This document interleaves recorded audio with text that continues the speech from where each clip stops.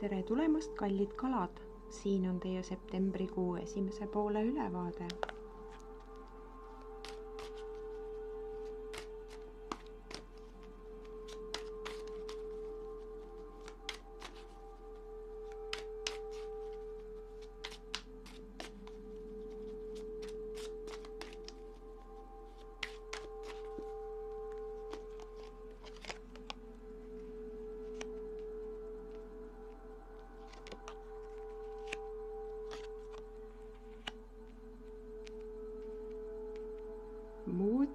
Muutused, ahvatlused ja sellest tulenev koorem ehk siis põhiline.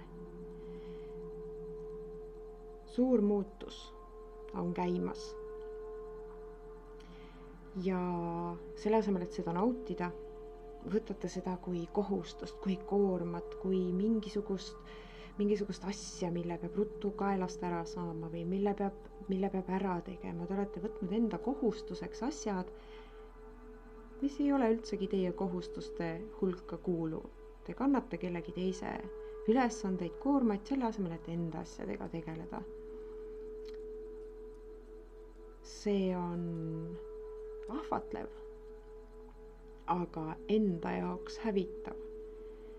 Teie maailm ei saa muutuda, kui te jätkate oma mustrit ennast pakkuda esimesena midagi tegema.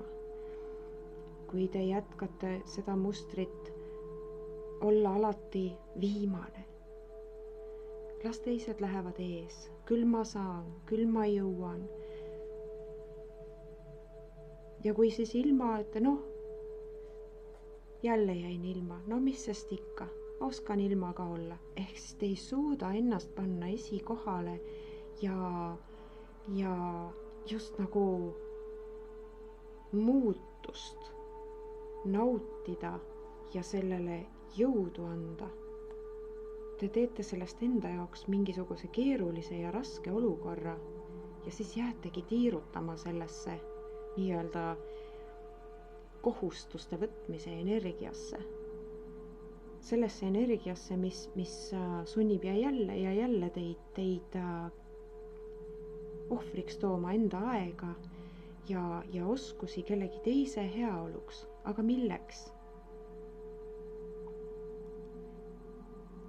Teie enda mina tõstmine on sama oluline kui kellegi teise tõstmine. Ja igal juhul on vale ennast süüdi tunda sellepärast, et ma ei tulnud kellelegi vastu või et ma ei ütlesin, sest ma ei saa. Kui keegi solvub selle peale, et teie ütlete ei, kuna teil ei ole võimalik, siis on see solvuja enda asi. See ei ole teie asi. Pöörake pilk väljaspoolt sissepoole vahelduseks ja mõistke seda, et see muutus, te ei saa selle eest põgeneda ja üritada seda just nagu kellegi teise asju ajades edasi lükata.